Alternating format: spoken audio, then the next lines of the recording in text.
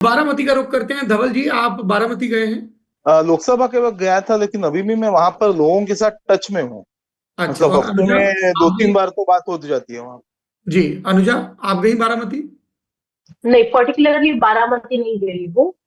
लेकिन वेस्टर्न महाराष्ट्र के बारे में बोल सकती हूँ अगर अजित पवार की सीट्स के बारे में बोलना है। वेलकम टू अजित पवार की पार्टी की सीट पर। ओके। पहले बारामती डिस्कस कर लेते हैं, ओके। क्योंकि हमारे पास ये जानकारी है कि अजित पवार एक मुश्किल मुकाबले में फंसे हुए हैं अपनी होम टर्फ पर। बारामती वो सीट है जहां 1967 में पहली दफा नौजवान शरद पवार विधायक बन के अपने पहले चुनाव में जीतकर पहुंचे थे मुंबई। और उसके बाद से लगातार पवार परिवार का इस सीट पर कब्जा रहा। जब 90s में शरद पवार देश के रक्षा मंत्री बनकर पहली मर्तबा दिल्ली की राजनीति में दाखिल होते हैं कांग्रेस पार्टी के सिंबल पे, तब इस सीट पर अजित पवार आते हैं। धवल जी, क्या जानकारी है बारामती से? योगेंद्र पवार वर्सेस अजित पवार। देखिए, मुझे लगता है बहुत टफ फाइट होने वाली है। योगेंद्र पवार, ये पवार फैमिली के एक नए सदस्य हैं जो पॉलिटिक्स में आए हैं।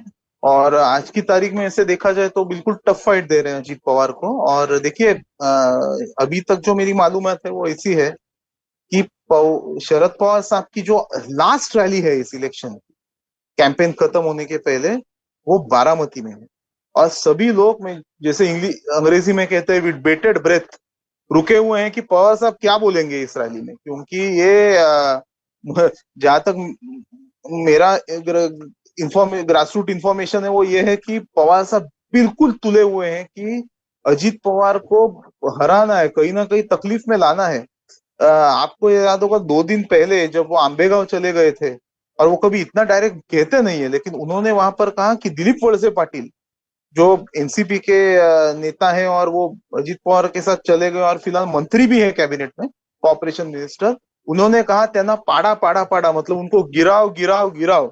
तो वैसे ही कुछ वो बारामती में बोलेंगे या नहीं वो मालूम नहीं, लेकिन एक चीज बिल्कुल तय है, वहां पर एक बिल्कुल टफ फाइट होने वाली है। और जो युवक वर्ग है वो मुझे लगता है योगेंद्र पवार की तरफ जा रहा है। देखिए, बारामती के मॉडल के बारे में बात कहते हैं, क्योंकि बारामती में आज आप अगर देखोगे तो डायनामिक्स डेयरी है, डायनोन है, बहुत डेवलब्टमेंट वहां पर हुआ है। लेकिन कहीं ना कहीं ऐसे लोग कहते हैं कि एक स्टैग्नेशन आया है, कि कोई नई इंडस्ट्रीज नहीं आए काफी साल बाद।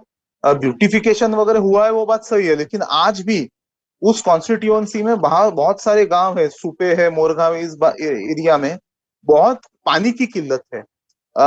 तो ये सब इश्यूज जो है अजीत पवार एड्रेस नहीं कर पा रहे हैं। दूसरी बात यह है कि अजीत पवार काम करने में तो बिल्कुल माहिर है, मतलब वो काम करते हैं लोगों के, बहुत हार्ड वर्किंग है।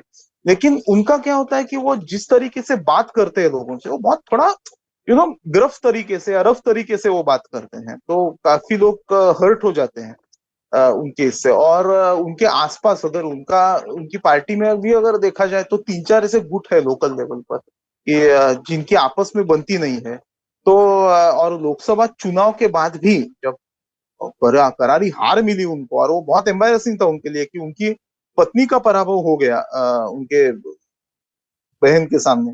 तो उसके बाद ऐसे कहा जाता है कि थोड़ी चीजें हुई है वहां पर, तो उसका भी नुकसान शायद उन्हें हो सकता है।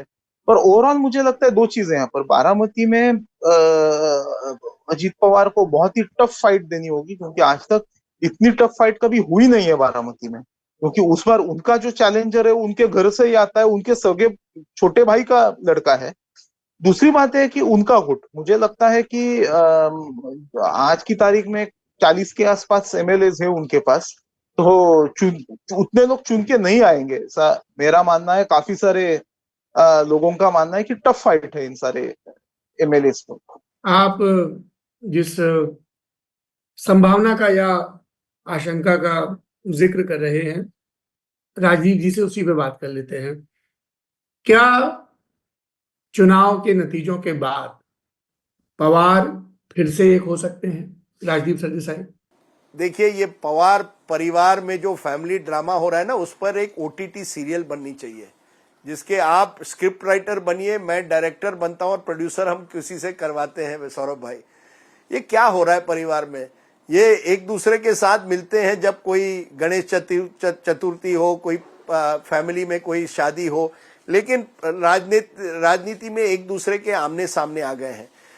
मुझे नहीं लगता कि तुरंत कोई फैमिली रियूनियन होगा, खास करके जब इस चुनाव में अजीत पवार के खिलाफ योगेंद्र पवार जो उनके बड़े भाई के बेटे हैं वो खड़े रहे हैं। परिवार बिल्कुल बट गया है सौरभ, और इस वजह से मुझे लगता है बहुत कम चांसेस है। हालांकि मैंने एक एनसीपी के एक नेता से बात की, उन्होंने कहा कुछ भी हो सकता है महाराष्ट्र में, क्यों नहीं हो सकता रियूनियन। तो भले ही कुछ नेता एनसीपी के चाहते हो कि रियूनियन हो, अजीत पवार और शरद पवार में तुरंत कोई रियूनियन होना मुझे लगता है बहुत मुश्किल है। नंबर्स पे सब कुछ निर्भर होगा, नंबर जिस तरह से आएंगे वो डिसाइड करेगा कि किस तरह क्या कड़वट अब महाराष्ट्र की राजनीति लेगी। ये जो बहुत इंटरेस्टिंग है, बटेंगे तो कटेंगे के खिलाफ अजीत पवार बोले। अजीत पवार को डर है कि उनका जो वोटर है उसमें मुस्लिम समाज बहुत है, जो पश्चिम महाराष्ट्र में विशेषतर, और डर उनको है कि बीजेपी का वोट एक उनको ट्रांसफर होगा या नहीं, और उनका वोट क्या पूरी तरह से फिर शरद पवार के पास जाएगा या कांग्रेस के पास जाएगा। जानिए, ऐसे 35 करीब सीटें हैं जहां कांग्रेस, जहां शरद पवार और अजीत पवार आमने सामने हैं। तो इन सीटों पर क्या होगा, इसलिए वो अपने आप को थोड़ा इससे हट रहे हैं, क्योंकि पश्चिम महाराष्ट्र की जो राजनीति शाहू फूले अंबेडकर की होती है, उसमें बटेंगे तो कटेंगे की बात नहीं चलती है। और कई एनसीपी नेता इससे नाराज है। वो समझते हैं उनका वोट कमजोर होगा अगर ये बटेंगे तो कटेंगे कि जिस तरह से प्रचार हो रहा है वो अगर आगे बढ़े। लेकिन बहुत एक इंटरेस्टिंग बात मैं बताऊं, हमें कहा गया है किसी ने कि अजीत पवार ने भाजपा को भी कहा है कि आप शरद पवार पर इतना निशाना मत बनाइए। आपको ध्यान होगा कि लोकसभा चुनाव में प्रधानमंत्री नरेंद्र मोदी ने एक तरह से शरद पवार को कहा था भटकती आत्मा, या उनका नाम ना लेते हुए कहा था भटकती आत्मा है महाराष्ट्र में। इसका सिंपैथी शरद पवार को मिली, शरद पवार को एक हमदर्दी मिली कि देखिए किस तरह से लोग उनको टारगेट कर रहे हैं। जो मुझे कहा गया है, बीजेपी नेताओं को कहा गया है, आप पर्सनली मत टारगेट कीजिए शरद पवार को, विचारधारा को टारगेट कीजिए बट पर्सनल मत बनाइए।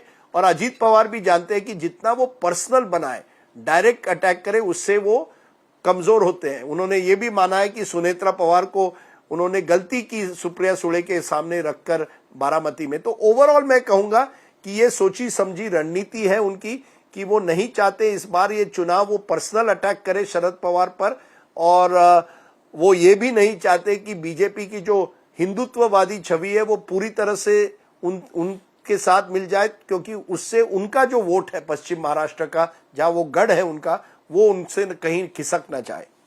499 रुपए में क्या ही मिलता है, पॉपकॉर्न का एक डब्बा मिलता है, एक कहानी पूरी सुनते हो और सब सफाचट हो जाता है। लेकिन अब बारी है कितनी ही कहानियां सुनने की। मम्मी को आप पसंद क्यों नहीं हैं, बताएंगी सुनंदा शर्मा। मम्मी कैसी हैं, पूछेंगे महीप सिंह। कहाँ गाड़े थे, विधायक जी आके खुद बताएंगे रामाधीर सिंह यानी कि तिग्मांशु धूलिया। तापसी पन्नू आएंगी और बताएंगी ओटीटी पर साम्राज्य कैसे कायम किया जाता है। और तमन्ना की तमन्नाओं की भी तो खबर सुननी है। फिर मुन्ना भैया भी चले आ रहे हैं पूरा कारवां लेकर, और जो मुन्ना भैया बचे वो आ रहे हैं स्टैंड अप कॉमेडियन, एक और नाम है गौरव कपूर। पर इन सब से इतर है एक बहुत बड़ा सवाल जिस पर पूरे ब्रह्मांड में मंथन चल रहा है कि ब्राउन रंग किसने लिखा है। जानने के लिए बादशाह रैपर से आपको खुद सवाल पूछना पड़ेगा, काहे से कि वो भी आ रहे हैं। इतने सारे सितारे आ रहे हैं, सब नहीं बता पाएंगे क्योंकि ये लल्लन टॉप अड्डा का प्लान है।